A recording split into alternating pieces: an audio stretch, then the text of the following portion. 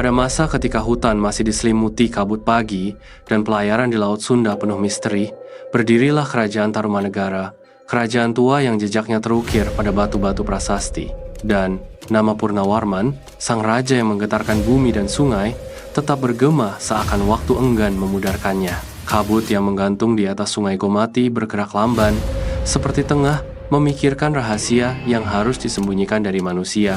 Di tepian sungai itu, para prajurit Tarumanegara berdiri dalam keheningan tegang, menunggu langkah raja mereka. Angin yang biasanya lembut, seolah mengeluarkan suara rintihan, pertanda badai yang tak hanya akan menggulung lautan, tetapi juga nasib sebuah kerajaan. Lalu muncullah dia, Purnawarman. Sosok berperawakan kokoh, dengan tatapan yang mampu memecah batu karang. Mata itu memantulkan api, bukan api murka, tetapi api tekad. Mahkota emasnya memantulkan cahaya matahari pagi, seolah surya sendiri menundukkan diri. Ketika ia melangkah, tanah serasa menahan napas. Raja melegenda, bisik para prajurit. Titipan Wisnu di dunia fana, namun hari itu, kebesaran bukan sekadar pujian, melainkan kebutuhan. Banjir dari hulu Candrabaga mengancam sawah, desa, dan jalur dagang. Sungai yang dulu menjadi nadi kehidupan, kini berubah menjadi naga hitam yang lapar. Purnawarman berdiri di hadapan para tetua desa, matanya menyapu wajah-wajah yang dipenuhi kecemasan. Kita tidak tunduk pada amarah sungai, katanya dengan suara seperti guntur jauh.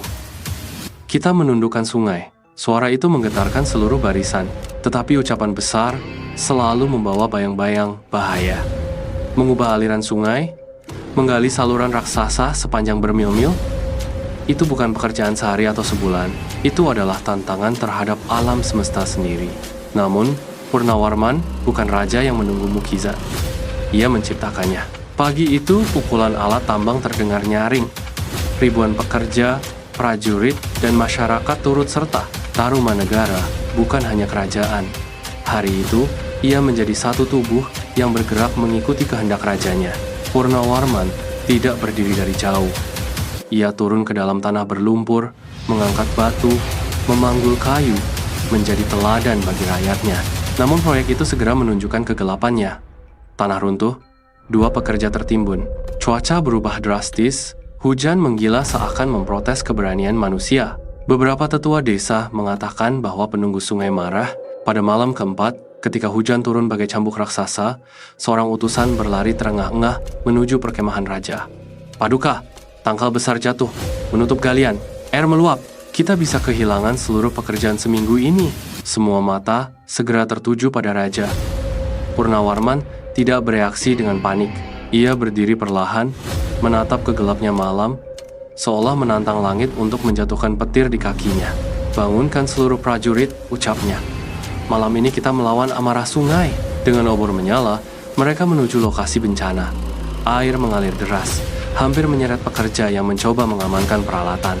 Para prajurit ragu untuk mendekat. Tidak ada manusia waras yang mengadu nyawa dengan air gelap seperti itu. Namun Purnawarman masuk lebih dulu. Dengan tali di pinggang, ia menyeberang, memberi arahan, memotong akar-akar pohon yang menjerat aliran air. Setiap gerakannya penuh perhitungan, seolah ia sudah mengetahui karakter sungai itu sejak lahir. Api obor memantulkan cahaya ke wajahnya. Keberanian yang tak mengenal gentar. Prajurit pun ikut bergerak, dan perlahan air mulai memberi ruang. Pagi datang dengan sinar emas yang memecah awan kelabu. Para pekerja melihat sesuatu yang tak pernah mereka bayangkan. Galian besar masih utuh, dan sang raja berdiri di tengah lumpur, tubuhnya penuh tanah, tetapi wajahnya memancarkan kemenangan. Sejak saat itu, tidak ada satupun yang meragukan kekuatan Purnawarman. Bukan karena pangkat, tetapi karena keberanian untuk memasuki kegelapan lebih dulu daripada rakyatnya. Ketika saluran Gomati selesai, Tarumanegara memperoleh harapan baru. Sawah kembali subur, perdagangan meningkat, kapal-kapal dari India dan Tiongkok berdatangan. Namun Purnawarman tidak berhenti. Ia memerintahkan pembangunan saluran Candrabaga. Lebih besar, lebih panjang, lebih berbahaya. Kita bukan hanya membangun kerajaan untuk hari ini, katanya. Kita membangun untuk 7 generasi ke depan. Namun semakin jauh menggali, semakin besar perlawanan alam. Tekanan tanah membuat dinding galian sering runtuh. Sungai liar berubah arah beberapa kali. petir menyambar, membunuh 3 prajurit. Malam-malam dipenuhi doa, tetapi juga ketakutan. Pada suatu malam, ketika bulan memantulkan cahaya pucat, seorang penasihat tua mendekati sang raja. Paduka, mungkin ini tanda para dewa. Mungkin sungai ini tidak boleh kita sentuh. Purnawarman menatapnya lama. Kalau begitu biarkan para dewa bicara langsung kepadaku, dan seakan dunia menuruti tantangan itu, malam itu terjadi badai terburuk dalam sejarah Tarumanegara. Tenda-tenda terbang seperti daun, sungai naik 2 kali lipat, dan air gelap mengaum seperti binatang purba. Di tengah kekacauan itu, Purnawarman menaiki sebuah batu besar, berdiri tegak menghadapi kehancuran. Para prajurit melihat siluet rajanya dibasuh kilatan petir, berdiri seperti perwujudan Wisnu yang menjaga keseimbangan bumi. "Tahan jalan air," teriak Purnawarman. "Jangan biarkan galian terhanyut." Prajurit berlari, mengikat batang-batang pohon, membangun penghalang sementara. Beberapa terseret arus, namun raja sendiri turun membantu menarik mereka kembali. Ia tidak terkalahkan, tidak kehabisan tenaga, tidak menyerah, walaupun badai memukul tubuhnya berkali-kali. Dan ketika badai berakhir, keajaiban terjadi. Aliran Candrabaga terbuka. Air kini mengikuti jalur baru, tenang dan patuh, seakan mengakui kekuatan manusia yang dipimpin raja melegenda.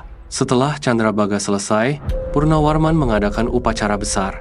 Ia menyembelih ratusan sapi untuk rakyat, membagikan makanan kepada desa-desa, dan memanjatkan puji kepada Dewa Wisnu. Prasasti-prasasti dituliskan untuk mengabadikan pencapaiannya.